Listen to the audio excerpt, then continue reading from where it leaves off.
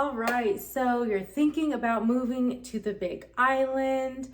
Well, we are going to talk about some negatives of moving to the Big Island. So, no, it's not all rainbows and butterflies. It's not just laying on a beach sipping a Mai Tai every day. Believe it or not, there are negatives in moving to the Big Island. So, we're going to talk about a couple of those. Hit that like button, subscribe, click that notification bell to get notified of more videos. So we'll just jump right into it. So number one, we'll start with the weather.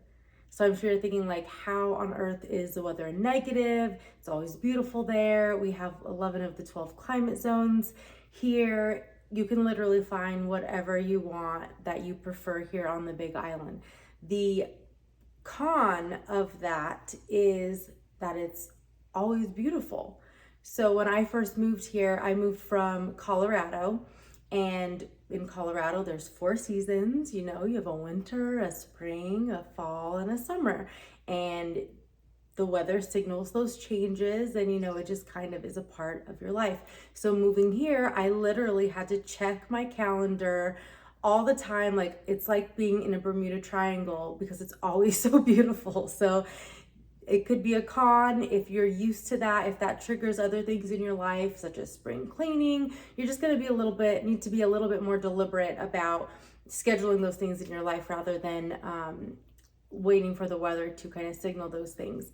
So number two is the bugs. So as stated before, moved from an area where there was a winter, everything freezes, all the bugs die, and you get your jackets and stuff. Now in Hawaii, that doesn't happen. The bugs don't die. They live and they live and they multiply and they keep on living. So there is a plethora of bugs here. There's mosquitoes, there's the centipedes. I've heard that when you get stung by a centipede, you can get numb in some areas, have to go to the hospital. It's just super painful. So, knock on wood, I never have to experience that, but there are centipedes here. There are scorpions. I've only seen small little ones.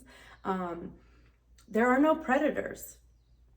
There's no predators. We have pigs, we have chickens, we have cats, there's goats, there's cows, there's horses, but there's no predators, which is a great thing. So you don't have to worry about, alligators in the water, anything like that. Of course, there's sharks in the water, but it's the ocean. You can't really get around that. There's roaches, there's slugs, there's all kinds of little critters that are, magnified here on the Big Island because we're in such a beautiful tropical area where things are just able to grow. The people grow, the plants grow, the bugs grow too. Okay, there's no, it's not just like I said, it's not just all the good stuff that grows, everything grows here. Another con of Big Island is the moisture. Now, if you live in a coastal town, you probably deal with some of this as well, is the mold, the mildew, the moisture in the air that can accumulate. So of course there are ways to combat that. Keep good airflow. You're gonna want to get some damp rids. There's plenty of ways to combat that, but just something to be mindful of if you're moving from a drier climate. It is a big deal. You are going to have to combat mold and moisture levels in your home and with your clothes, with your shoes, and all of those things. So another thing that is unique to Big Island is there's a lot of homes on water catchment, which is, they collect the rain and that is your water supply, which it is. I prefer water catchment now. When I first moved here, I lived in town, in Kona town, and I was on the city water, which is normal to me. There's no other option, really, where I moved from the city. And so yeah, city water, but there's a lot of chemicals. I could tell my hair was getting stringy and dry and my skin was itchy. And there's just a lot that goes into discounting in city water if you're not doing things to filter it and that kind of stuff. So moving to catchment, I was a little afraid, not sure how to handle that, how to maintain that, big learning curve. But it's rainwater. My hair got curly, my skin felt better. So it could be a con just because of the learning curve, but I think overall it is a bigger benefit. One con to that is that if it is drier, during a certain time frame, you will have to order water in to fill up your tank if there hasn't been enough rain to fill it. Another thing that's unique to Hawaii are cesspools. So cesspools are basically a hole in the ground that your waste goes into from your bathroom. And that was pretty much the prominent way of poop disposal. I don't know. I can't think of a better way to say that in the moment. But that's where the plumbing went. You know, it was just basically a hole in the ground because of the way that the island is structured, the volcano, the volcanic rock, and the levels of filtration. It did not get to the ocean. It will not get to the ocean to pollute the ocean. By the time it gets to the places where you're getting that fresh water to bring back into our homes, it has been filtered very well.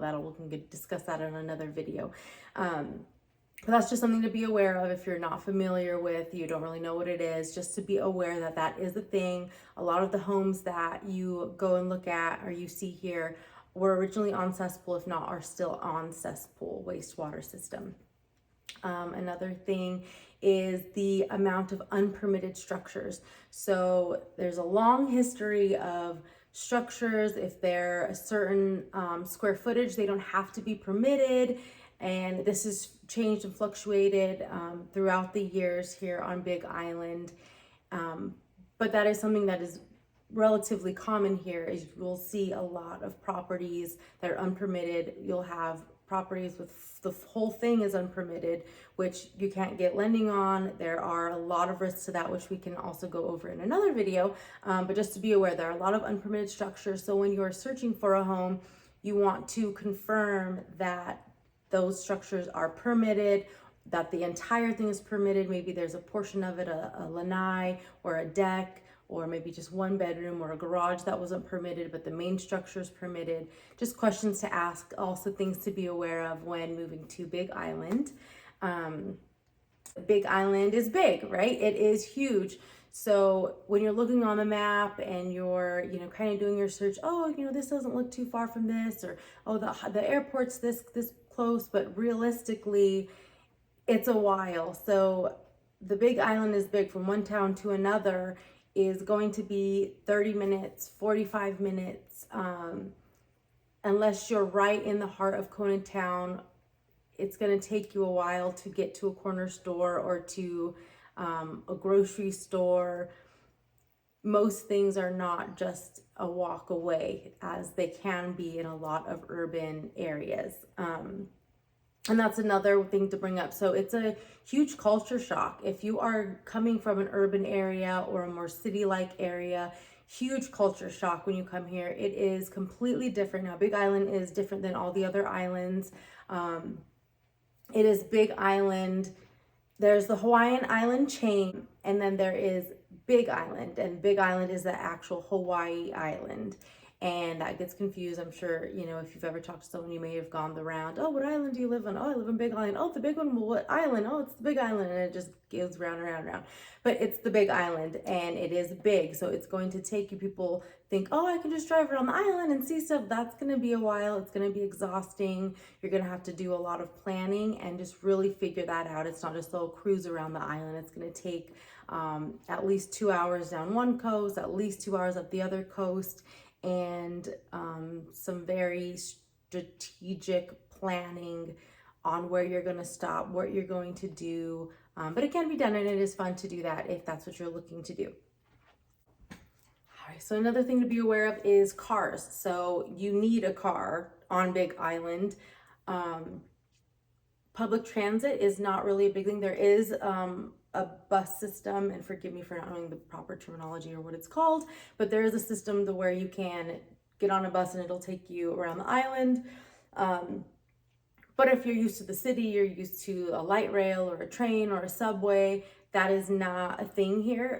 Public transit is not easy and not efficient here. So you do need a vehicle. I highly, highly recommend that.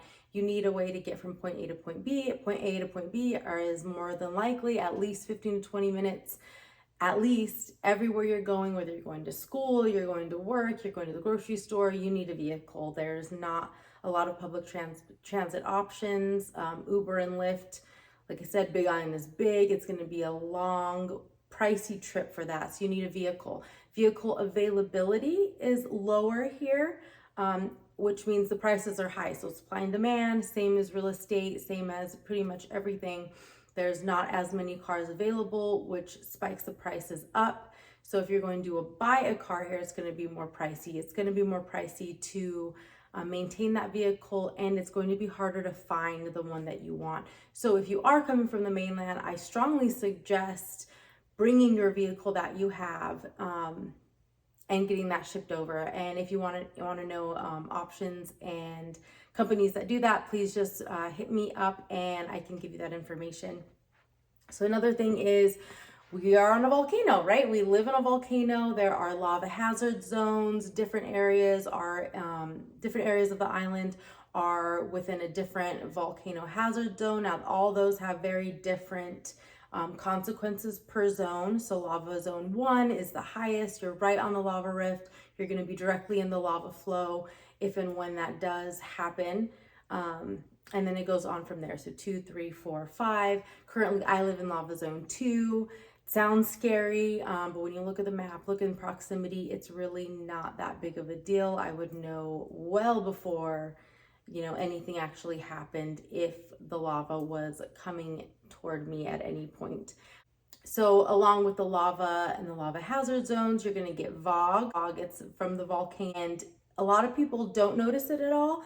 I personally do feel it on higher foggy days where you'll see it looks like cloud cover, but it's really the fog from the volcano. I feel it in my respiratory system. I sneeze, I'll get a little foggy. It's kind of like a sinus type of thing. My husband doesn't notice it at all. He thinks it doesn't even exist. Sometimes he probably thinks I'm a little crazy, but I do notice it. Sometimes I'll notice my daughter will get a little bit of stuffy on those days. But drink more water, drink a soda water, keep that clear, not really a big deal. I talked to this lady one time, which is kind of funny. She had an accent, she was foreign. She said, I'd much rather be inhaling Mother Nature's birth farts than in pollution in the city. And of course I laughed hysterically, and I don't even know if that's appropriate for public, but I thought it was really funny, but it made sense to me. Okay, that makes sense. It's more natural than not, and then the levels aren't so high that it's going to actually hurt my legs. So anyway, things to be aware of. Just living on a volcano, living on an island. There are earthquakes also. I've been here for 5 years. I have felt 2 that actually made some stuff fall off my walls. Just pictures, nothing major, no cracks, but things did fall. We did feel it, and it did last, a good 10, 15 seconds. One of them did. Other than that, I feel them often. I'd say at least once a month you feel something, or you realize something, or you hear a rumble and you begin to realize, okay, that was an earthquake. But again, I don't see it as that big of a deal. Nothing major has happened that I have needed to fix or use insurance for. So not really that big of a deal with that. Another thing is, this is I think it's number 8. I lost track of numbers. So another con to being on Big Island or being on any of the Hawaiian Islands is actually the UV index. So as I said before, I am originally from Colorado. I've lived in Wichita, Kansas. I've been to Louisiana. I've been to Texas. I've been to all over the US. But so I used to live at a higher altitude. So higher altitude, you're closer to the sun, but being here, we're closer to the equator. So the UV index is higher. So you're going to burn differently here. Your sunburn's going to be different. So you need to really hone in on getting good quality sunscreen, wearing that every day, making sure it's reef safe.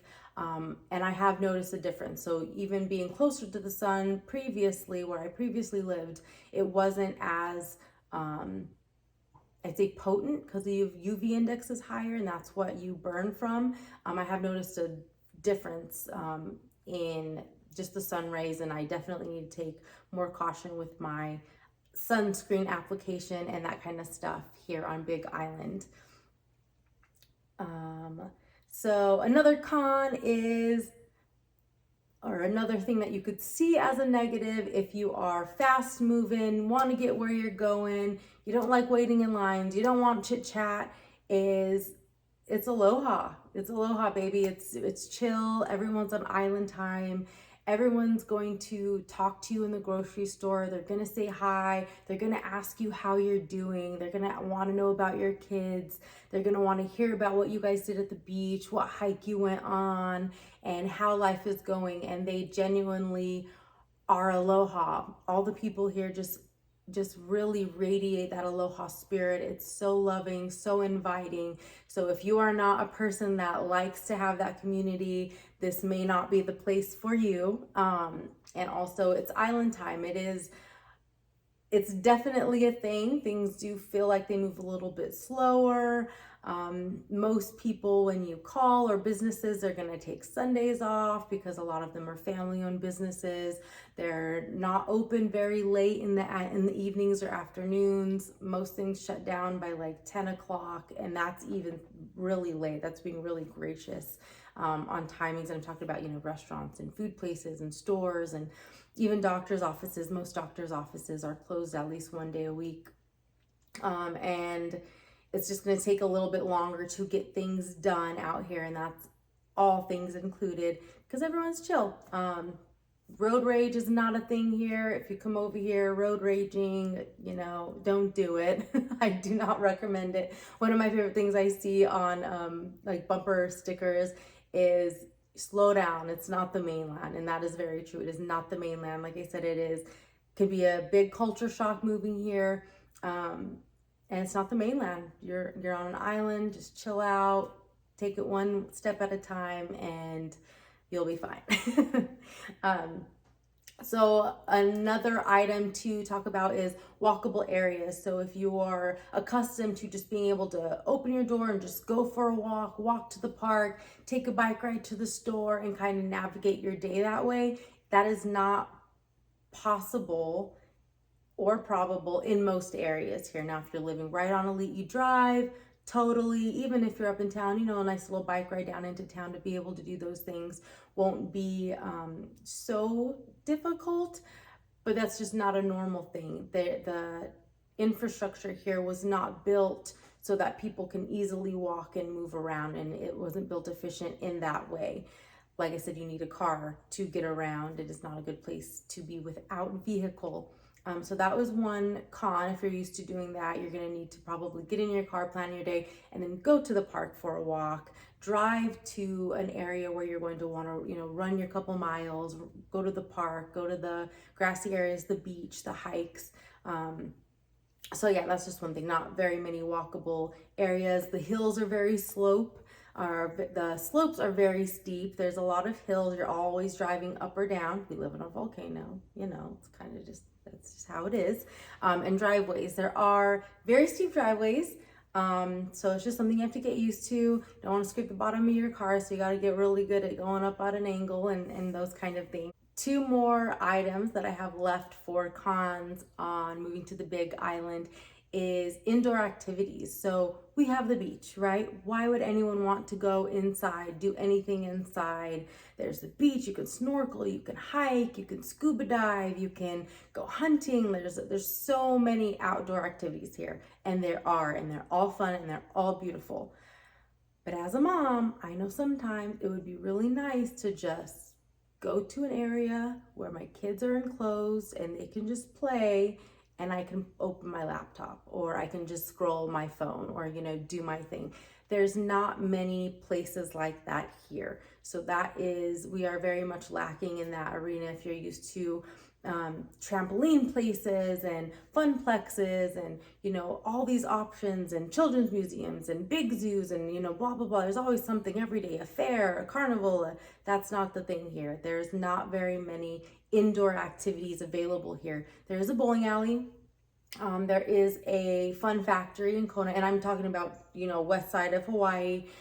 That's my specific area, so west side of the Big Island. So all the way up from like Waimea area, down through Waikoloa, Kona, South Kona, Captain Cook, Ocean View, and there's Discovery Harbor. So all along kind of the west side of the area, west side of Hawaii. So indoor activities, there's not many. I would love to see them. I've talked to a lot of other people that would also love to see more indoor options for when it's nighttime, when it's raining outside.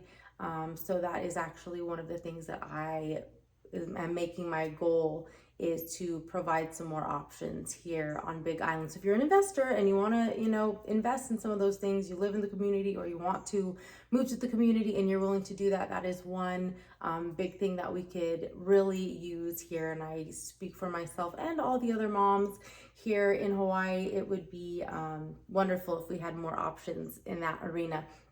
The last thing is, I'm a total foodie. I love trying food. I love different foods. I love all the fancy, maybe it's because I'm a millennial. Maybe I got a little hipster in there somewhere. I don't know what it is, but I'm a total foodie. I absolutely love trying different restaurants. I love all kinds of different calibers. I love the display. I worked in the food and restaurant industry for like over a decade. So that could be a reason for that. I love the presentation. I love all the little areas, how they have their own distinct niche or whatever you want to call it, their own little thing that makes them them. And the options for that, the foodie industry, the foodie thing is not very huge here on Big Island. We have, I think, like 4 fast food places. We've got Jack in the Box, Burger King, Taco Bell, and McDonald's. Of course we have McDonald's. Everyone has McDonald's. We have a couple Starbucks. We have 1 Domino's and a couple really good pizza spots. It's up for fast food. So that, I'm just my own opinion. I'm not really into fast food. If it is fast food, I'd much rather have like a Chipotle or a Chick-fil-A or something like that. So if that is your main source of nutrients moving here, that's going to be a big shock. You're definitely gonna have to change your diet and just how you go about your day, getting that food, you're gonna have to meal prep or just make different choices. When it comes to that, there are some great restaurants. Poi Dog Deli, I absolutely love Poi Dog Deli. Kai's is a great restaurant. There's, like I said, it's island time. So if you're looking for something that's quick, really, really yummy, healthy, and you can just get on the go, there are few and far between. So that is just something to be mindful of. Again, moving to Big Island. Please contact me if you have any questions. And that kind of concludes all the negatives about the Big Island, which aren't that big of a deal really. So I just want everyone to be aware what you're getting into. It's not all rainbows and butterflies, but it is a beautiful place to be. I absolutely love raising my children here. I love being here. The people here are beautiful and it is a beautiful life here. So if you're ready to make that move, please feel free to reach out. You can comment, you can text, call, email, all of the things. I'm here to help you. I look forward to seeing you in the next video.